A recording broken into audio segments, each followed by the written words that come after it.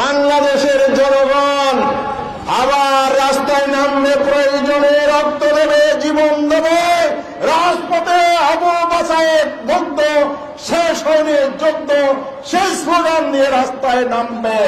কিন্তু বিনা সংস্কারে কোন নির্বাচন বাংলাদেশের মাটিতে হবে না, বিচার ছাড়া কোন নির্বাচন বাংলাদেশে হবে না, হবে না, হবে না। এই জনগণ হতে দিবে না।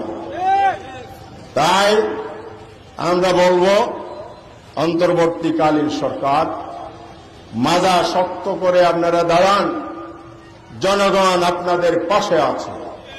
আপনারা কি সংস্কার চান? আগে নির্বাচন চান?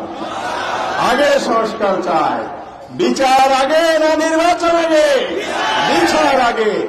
সুতরাং জনগণ যেটা চায় সেটাই আপনাদেরকে করতে হবে, কারণ আপনারা কোন দলীয় সরকার নন, আপনাদের নির্দলীয় অন্তর্বর্তীকালীন সরকার।